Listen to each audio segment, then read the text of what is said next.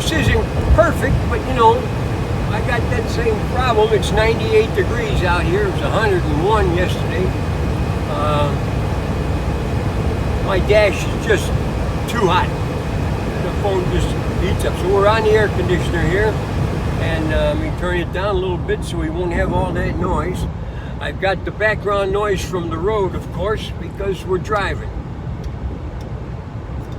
Hey, you know, I'm kind of, what do I want to talk about? What's the right order of things to talk about?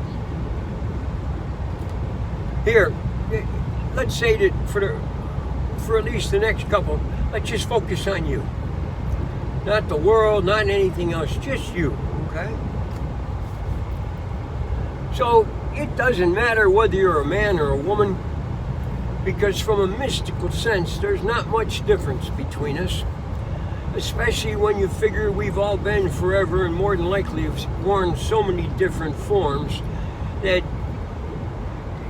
human beings are kindred spirits with everything in the world. You just gotta be aware of it. You know, I don't know how to. And that's not acceptable, is it?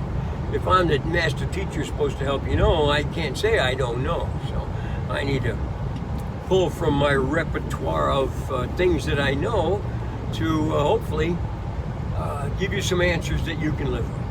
Okay? So, a couple of tapes ago, I mentioned the fact that there is a phenomenon known as instantaneous awareness. You have a profound thing happens to you, and you just become aware. Boom! Like that. That's one of the ways that a man or a woman can become enlightened. They can just be given it all, usually tied to some kind of a profound experience. I'm sure sometimes a guy just walks up to you and says, here, boom, and that's probably qualifies as a profound experience, okay? We talked about what are some profound experiences. A near-death experience qualifies. An encounter with a really powerful master teacher who's able to sync with you and elevate you up a step. Those men and women are really handy. You're looking for little bumps. Imagine it's a pylon. You're a pylon into the universe and you're being moved forward ever reluctantly. Your brain, all of the things that you've been taught since day one about self-preservation of the concept of who you think you are in high gear when you're listening to someone like me. Because I'm saying that maybe you're more than who you think you are. Maybe you're so much more than who you think you are that who you think you are suddenly becomes irrelevant. And now only what you are becomes important. So I want to try and help you do a better job of understanding who you are relative to who you think you are. And who you are is what you manifest. What you think you are is all the stuff you don't do but dream about in your head. And there's crossovers, obviously. Great ideas come from this side, get spilled over to here, get worked a little bit, sent back. You know, there's always exchanges between the conscious and the subconscious and the physical plane of you trying to figure out what you can do, what capabilities, what powers you have in the moment to affect the moment favorably for you. So I want to teach you some games, and I want you to play them. You know, arguably this is what I do for a living now. Okay, but the BHAGWAN has the BHAGWAN show, and hopefully we're going to make it a grand and wondrous thing. A few of you guys jump on board. I'm reaching out to you, the most filthy, disgusting rich fuck in the world. My guess is you got to be worth $50, $100 billion. So much money that it's incomprehensible to me and to everybody else, and maybe even you, but probably not you, huh? You got a good handle on it. Remember, I was saying, this deal of pulling some energy together. People start sending money to poor Mr. Bill Gates. It'll be kind of hard not to accept the fact that there's a certain amount of resonance going on in response to what I'm saying. So here,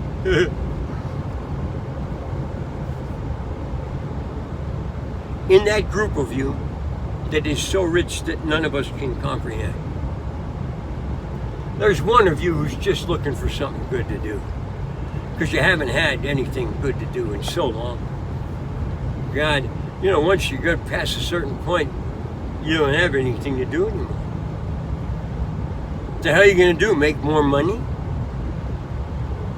This is usually where some of you guys, anyhow, start getting really philanthropic. You realize, what the fuck am I going to do with it? Just paper or gold or silver,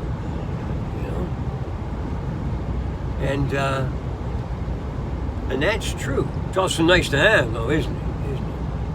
In 10 miles, take exit 318 onto State Road 16 towards St. Augustine. So, with all of your gazillions of dollars and all of the influence that you have in the circles in which you move, probably the average guy on the street doesn't know who you are. You're so far beyond his realm that he's not worthy of knowing who you are. And I know that's a headset that many really extremes possess, So here's the deal. Send Bill Gates $1 billion. In the note, put down, please help BHAGWAN save the world. And by the way, let him get involved in showing you how he wants this set up. And send it.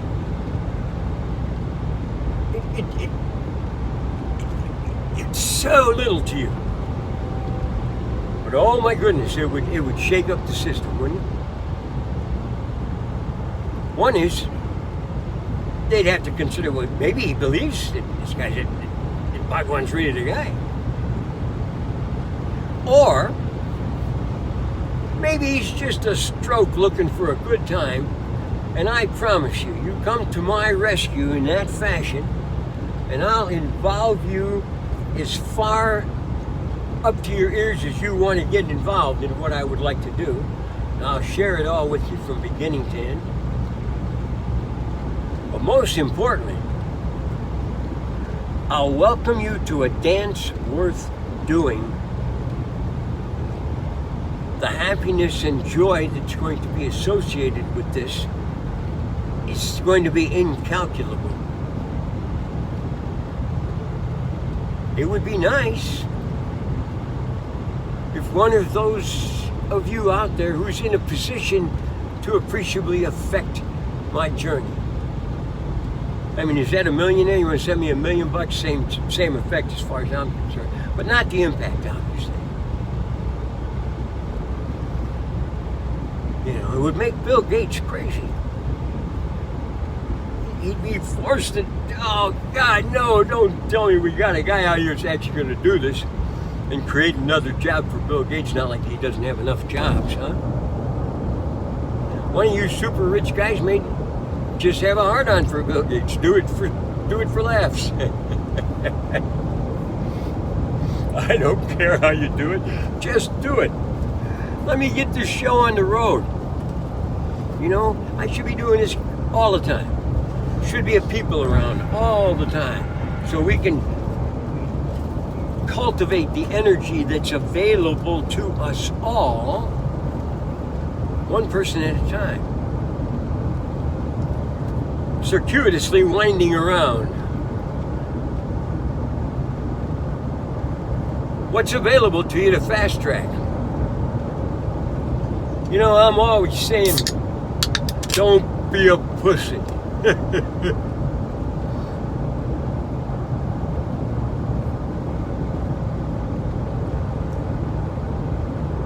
Don't be a pussy.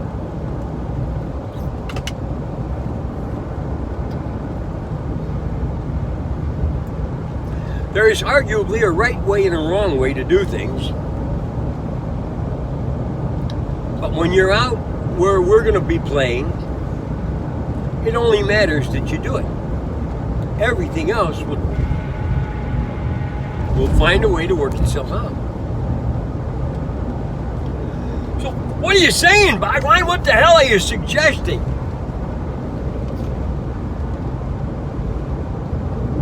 I'm suggesting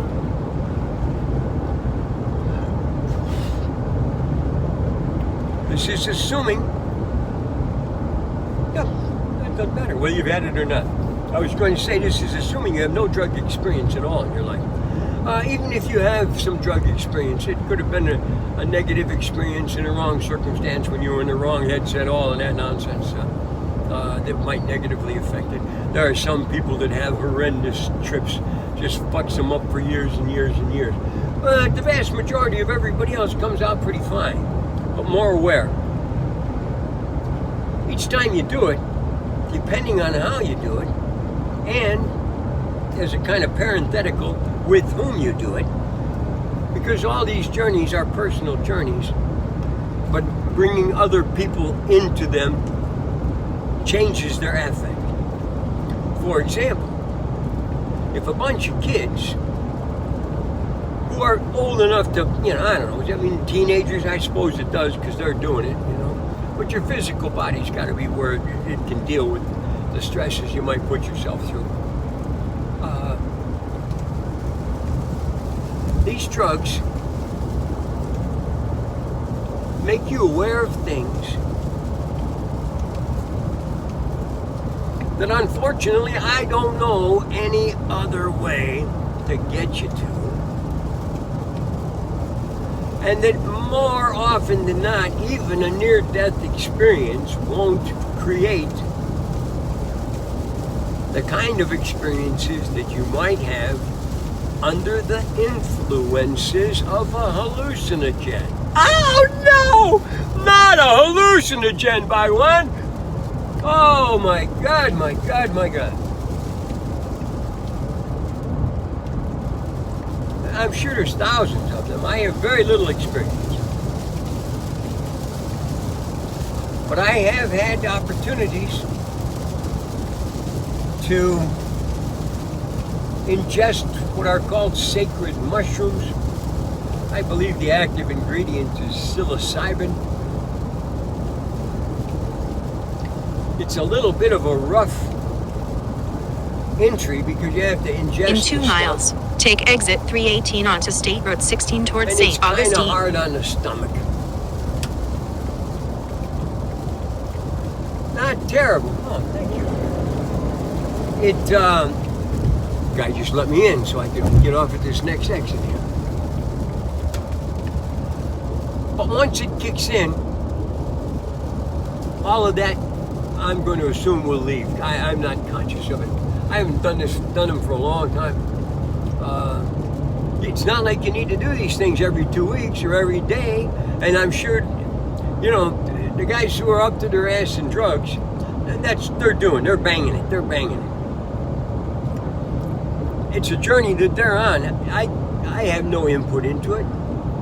If it gets you closer to God and on the other side of it you come out with a human being with your shit together, well then it's a good journey. If you die, well, too bad. Because that's all you can say about it, isn't it? Just like a guy who drinks. You don't want to be dying. So you don't want to do stupid things, but that doesn't mean that you don't do things, okay? Use the right lane to take exit 318 onto State Road 16 towards St. Augustine. Sooner or later, if you look for it, there'll probably be a stupidness component to it. Some people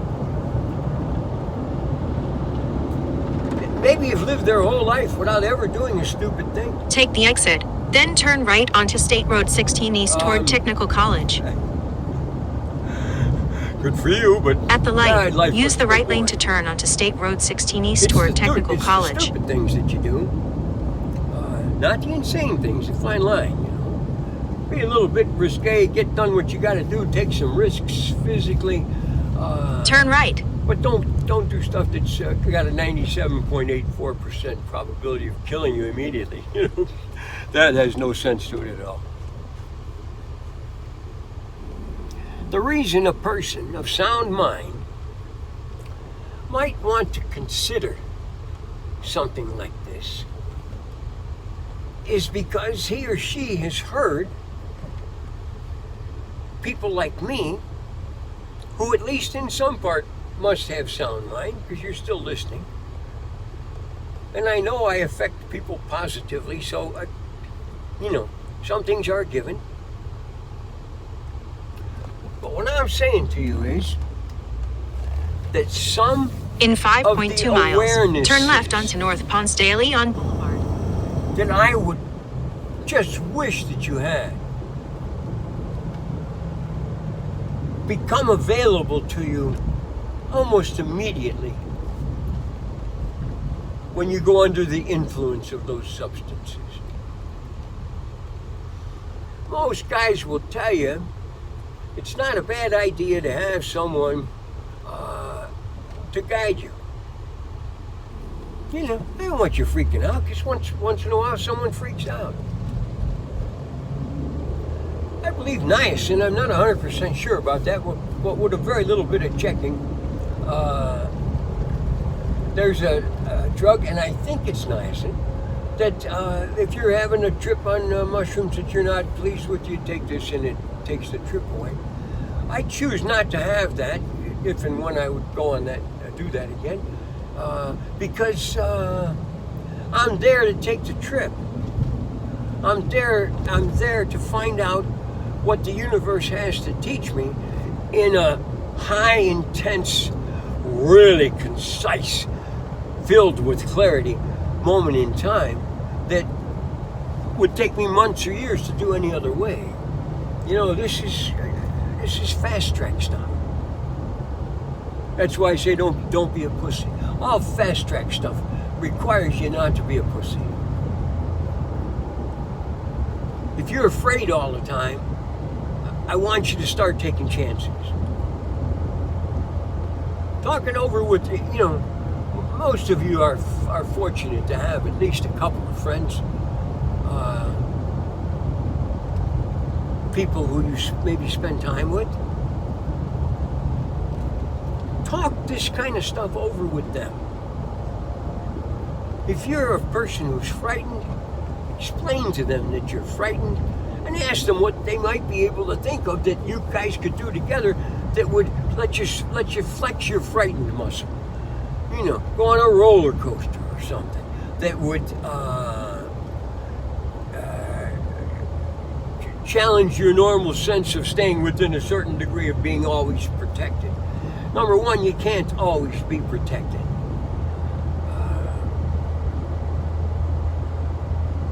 I mean, a simple fact that there are missiles with such accuracy they could drop one right on top of your head says you can't always be protected. The likelihood of somebody spending a several $1 million missile on your ass is pretty unlikely. So it's not something that's probable, but not impossible. That kind of thing. So everything in life has got this range. And your job, if you're a skilled person, is to process as many variables as you can simultaneously and hold them in balance. If you play with it a little bit, you'll begin to get a feel for it. Look around and see. This is kind of a feng shui thing for the rooms that you operate in. Go into the first place you can do this is your clutter room, because that room serves no function. You know, you can't even find the clutter in there. So go in there and organize your clutter room. This will give you some extra space. You need extra space. got to have some extra space plugging the thing in because it needs to be plugged in. Oh, I don't want to lose it. How do I not lose it? Let's see. Oh, I'm going to be